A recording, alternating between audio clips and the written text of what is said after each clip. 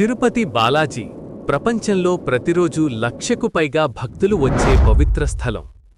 కానీ ఒకసారి ఆలోచించండి, వేల సంవత్సరాల క్రితం ఎలాంటి యంత్రాలు లేకుండా 3000 అడుగుల ఎత్తులో ఇంత భారీ ఆలయాన్ని ఎలా నిర్మించారు?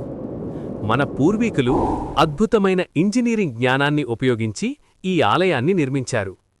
మొదటగా ఫౌండేషన్ గురించి మాట్లాడుకుందాం. ఈ ఆలయం ఉన్న కొండ సాధారణమైనది కాదు. సైన్స్ ప్రకారం ఇది సుమారు 210 కోట్ల సంవత్సరాల పాత రాతి నిర్మాణం. అందుకే ఇది చాలా బలమైనది మరియు దాదాపు షాక్ ప్రూఫ్. ఇక్కడ ఉన్న న్యాచురల్ స్టోన్ ఆర్చ్ సుమారు 150 కోట్ల సంవత్సరాల పాతది. ఇదే బలమైన నేలపై ఈ ఆలయం నిర్మించబడింది. ఆలయ నిర్మాణంలో సిమెంట్ ఉపయోగించలేదు. భారీ గ్రెనైట్ రాళ్లను ఒకదానితో ఒకటి లాక్ అయ్యేలా అమర్చి నిర్మించారు.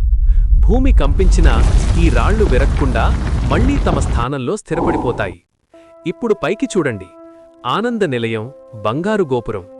దీన్ని నిర్మించే సమయంలో పాత గోడలు బరువును మోయలేవని భావించి గర్భగుడి చుట్టూ మరో గోడ నిర్మించారు.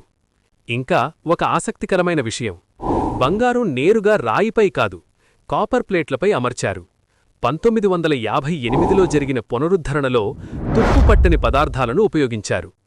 ఇంకా ఒక ఆశ్చర్యం, బయట ఎంత వేడి ఉన్నా గర్భగుడిలో ఎప్పుడూ చల్లదనం ఉంటుంది.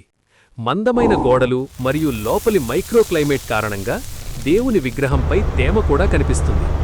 సైన్స్ దీనిని కండెన్సేషన్ అంటుంది. కానీ భక్తుల కోసం ఇది దేవుని సన్నిధిని అనుభవించే అద్భుతం. మీరెప్పుడైనా తిరుమల ఆలయాన్ని సందర్శించారా? కామెంట్స్లో చెప్పండి.